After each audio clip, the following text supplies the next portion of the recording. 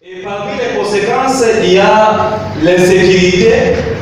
Et cette insécurité-là cause les déplacements massifs de la population. Et en retour, ces déplacements massifs de la population créent un nombre élevé de cas de viol et de violences sexuelles à l'égard des femmes et des filles. Ces nombreux captifs vendus et acheminés vers le tombeau sans fin de l'univers concentrationnaire américain venaient d'où? Ils venaient de l'Italie. Et moi je suis Bamou. À l'intérieur de la société Bamou, il y a un déni de ce passé. Il y a un déni de ce passé. Et jusqu'en 2001, 2021 je veux dire, le sultan Ibrahim Bobo Joya, qui fait partie du régime de Yaoundé, qui souffre. Synthétiquement. Bon, des collègues du Cameroun font un colloque sur l'organisation politique de l'Afrique centrale, question à Léon, et l'organisation d'un colloque. Les colloques sont toujours les bienvenus, mais attention au colloque. À la manière des colloques qui ne résolvent pas les problèmes du continent. Colloques, oui, toujours les bienvenus, mais il faut y mettre le principe de pertinence de la chose, de l'efficacité de la chose. Alors maintenant, question là, capitalisme et chômage de l'Est du Congo, bon, qu'est-ce que vous pensez? Globalisation, est-ce que le Congo, qui depuis sa naissance jusqu'à ce jour est inscrit en plein dans la globalisation, le globalisme militaire, globalisme économique, globalisme politique, est-ce qu'il peut s'émanciper un jour? C'est la question que vous posez de cette manière. Alors, mais bien sûr qu'il peut s'émanciper, mais difficilement. Difficilement parce que le globalisme militaire, comme je vous ai dit, bon, j'ai dit toujours aux officiels de la République, faites attention à ce globalisme. Il peut vous phagocyter, vous détruire même physiquement si vous ne faites pas attention. Les contrats, par exemple, les conventions sur l'uranium. J'ai pas pour le voulais avec le serment parce que je suis un état militaire. Alors, elle n'est pas ouverte, un déficit scolaire. Donc, je réponds simplement que les deux plans de cogitation philosophique ne s'inscrivent pas dans le même état. Ils ne se servent pas. Ils sont là, on ne sait jamais. Peut-être que vraiment ils ne sont pas là, on ne sait jamais. Je crois que. Et la présidence. C'est par là qu'il faut passer justement. Je me disais que il y a un décalage certain entre les travaux de laboratoire, les réflexions théoriques, les cotations philosophiques avec la mise en œuvre. Et quand je propose la présidence collégiale, composée de chefs coutumiers, je savais qu'il y a des résistances. Non seulement des Congolais qui ne sont pas des pères, mais surtout ceux qui sont des pères de mères ont réussi à ça. Je savais. Pourquoi? Parce que moi je parle de l'arrière-grand-père, l'arrière-grand-mère, aussi la tradition cheval. C'est par là qu'on va passer. Si l'Afrique est sortie du néocolonialisme, où nos décisions sont dictées à Bruxelles, à Paris, à Londres, commençons d'être nous-mêmes. Et c'est ce que je propose. Et c'est bien cette pratique. Commençons d'abord des En 60, au moment où on évacuait les Européens, un missionnaire protestant a été frappé au Mayombe. Il donnait des soins médicaux, malade, présidait les catéchismes, la prière dans sa commune. Il venait du Canada là. Et puis on s'est mis à les frapper. Alors il a dit, écoutez, chers amis, vous me frappez moi, vous allez les regretter. Parce que quand vous resterez entre vous, ce sera plus grave. Un esclave n'est pas un autre esclave. Quelle malédiction. Alors le temps colonial est préférable au temps présent. C'est parce qu'il n'y a pas une construction positive du temps présent qu'on regrette le temps colonial. Alors, Roger Verbet, les Congo en question, il donne beaucoup d'exemples où il arrive en bas de la carte, il explique qu'on lui demande, mais quand est-ce que Bertillon revient? Au bientôt. Il va revenir, quand il y a Manoko. Et au temps présent, on dit, tout est caca comme pour eux. Vendons ce pays. Vendons. Et même à des niveaux plus élevés, on détruit même du pays. Imaginez ça. Donc c'est un drame, c'est une dramaturgie. né d'un traumatisme colonial ou d'un traumatisme du temps présent. C'est la question que nous devons nous poser. Le temps colonial est-il désirable ou haïssable? Au temps présent, il est toujours désirable. On dit, il faut abattre la culture de Kikongo. Il faut mourir pour qu'on dise du bien de vous. Lorsque le chef chez nous quitte le pouvoir, devient mort. Même si c'était dictateur il y a quelques mois. C'est le problème de notre mémoire qui est comme un flash à courte durée. Alors, les problèmes que vous posez également, c'est le problème du recyclage des élites, du cycling. La boîte de tabac, c'est le bien de pneus de voiture pour l'enfant. Alors, le même ministre, commissaire général, traverse toute l'histoire, redevient le premier.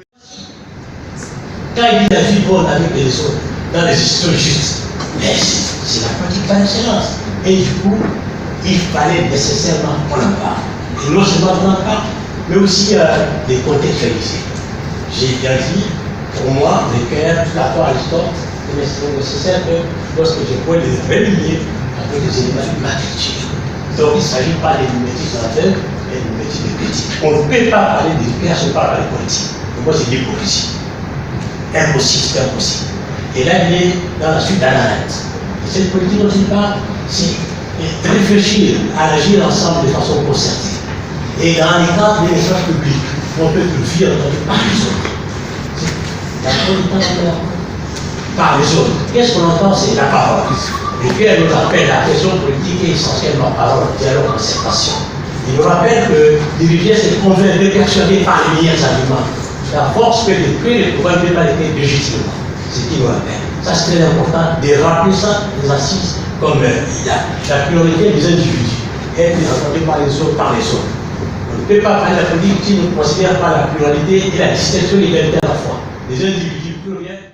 Bien sûr, mais d'avoir été sur place, récolter, enquêter au Kassai sur la question de cette jacquerie coutumière, radicale, sauvage, brutale, qui a créé sans doute la période la plus sombre des 10 dernières années du Congo.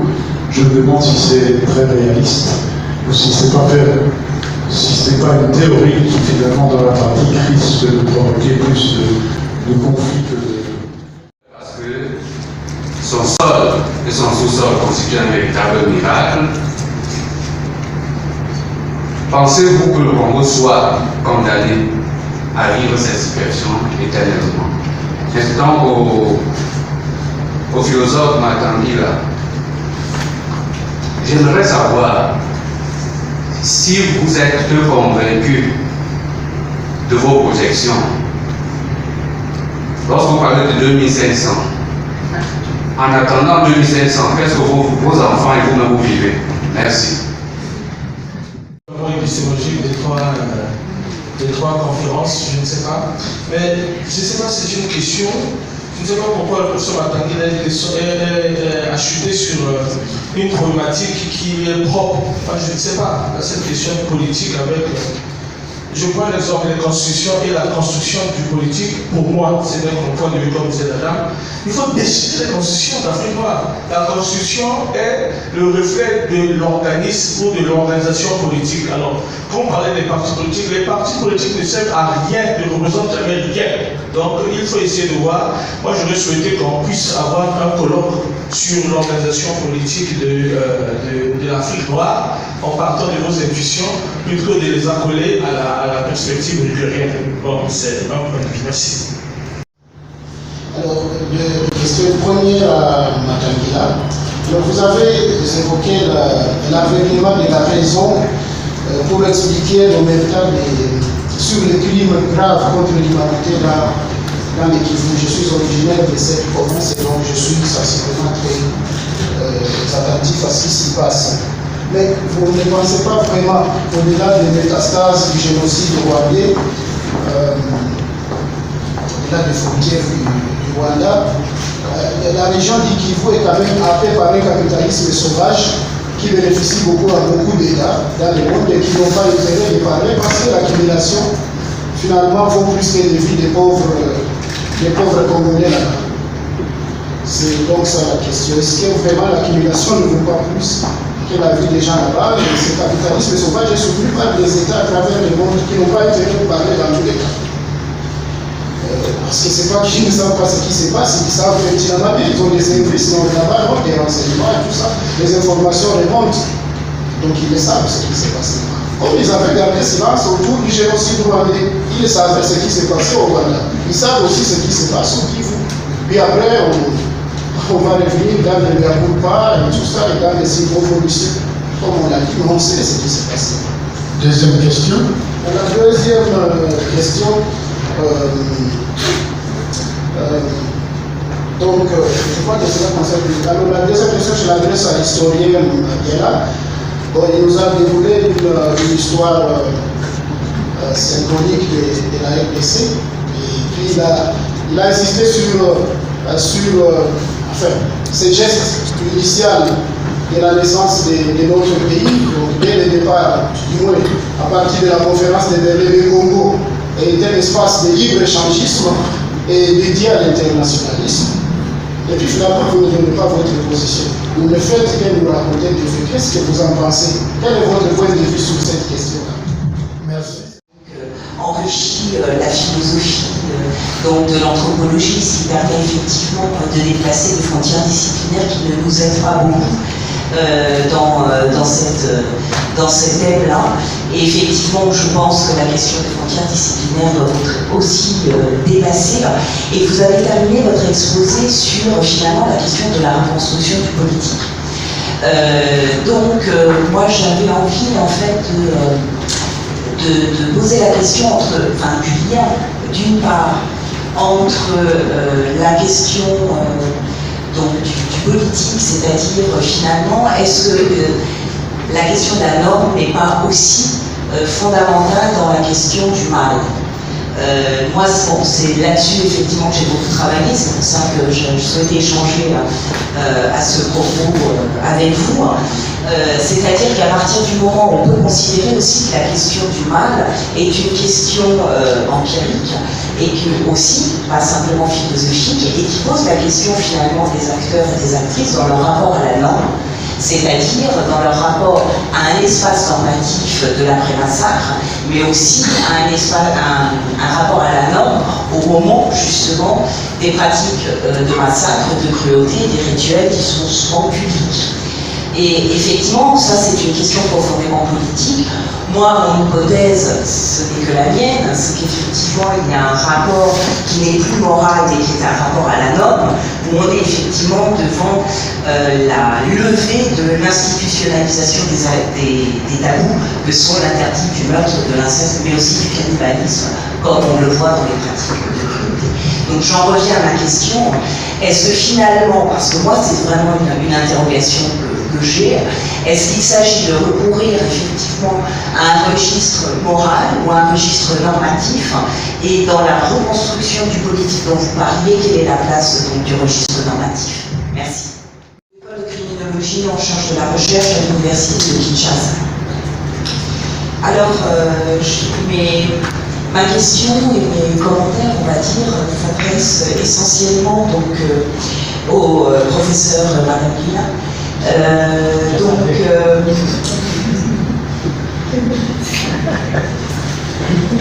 Oui, allez-y.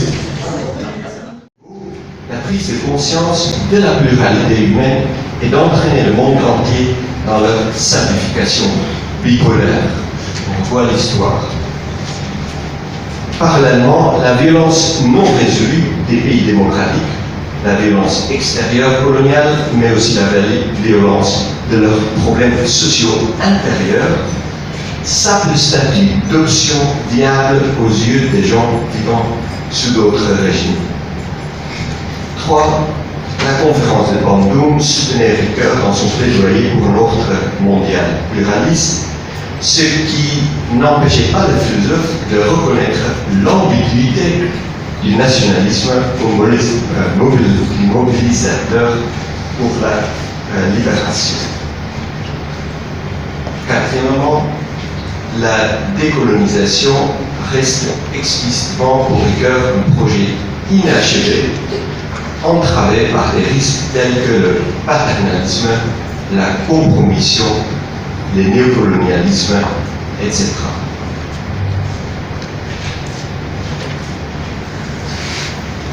Toute la discussion précédente présuppose une capacité de contextualiser les événements historiques, d'identifier les tendances et d'évaluer leurs effets sur la vie des gens. Ces éléments ouvrent la grande question d'une philosophie de l'histoire. Dans sa philosophie de l'histoire, Ricoeur tente de trouver une position intermédiaire qui consiste à identifier dans le cours des événements un certain nombre de fibres d'intelligibilité, plus ou moins longues, plus ou moins significatives. J'ai identifié 4 fibres d'intelligibilité de son temps qui sont importantes pour lui. La science et la technologie moderne, les conditions du travail modernes, les formes modernes de la politique et une actualité sans précédent de la pluralité humaine grâce à la... Depuis 1922, ça se trouve sur ce terme-là. Un parlement des chambres. La chambre basse, qui sera constituée comme actuellement des députés, qui seront les listes d'un parti. La partie majoritaire ou les partis majoritaires vont former les premiers ministres du gouvernement. Et aussi, la seconde chambre, les sénateurs sont là, j'appelle la chambre des sages des ethnies. On s'y préparait l'actuel Sénat, qui serait remplacé par nos chefs traditionnels et coutumiers, nos chefs traditionnels. Et comment ça peut se faire? On peut dire par exemple que nous avons en Afrique 7 000 chefs, 200 chefs, vous avez droit à un membre dans le Sénat.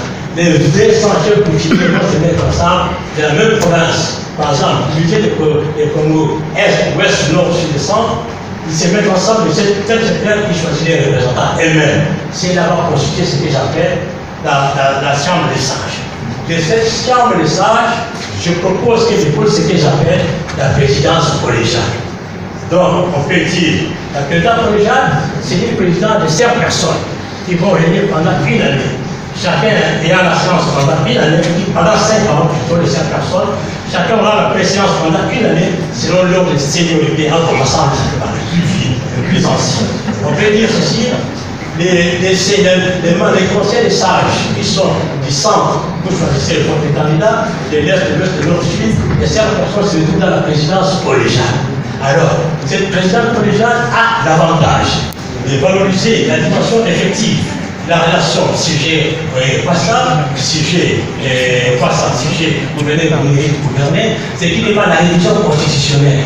Mais l'avantage, c'est qu'on va même résorber ce que nous avons. Aujourd'hui, nous parlons des PRMR, s'il faut de faire des mères. Mais moi, là, je parle de Congolais d'arrière-mère de père. Et aussi des Congolais, des descendants des chefferies, de la tradition cheffale traditionnelle. Donc ce sont ces traditions-là qui pourront occuper, à mon avis, une proposition que je fais au niveau du Sénat et de la Conseil de salle et la présidence collégiale. Je sais qu'il y a un écart entre les cogitations philosophiques et la mise à même. Je suis bien conscient. Mais je sais aussi que le déploiement de cogitation philosophique ne s'exprime pas à l'instant de l'université. Il faut laisser le temps. Voyons peut-être en 2000.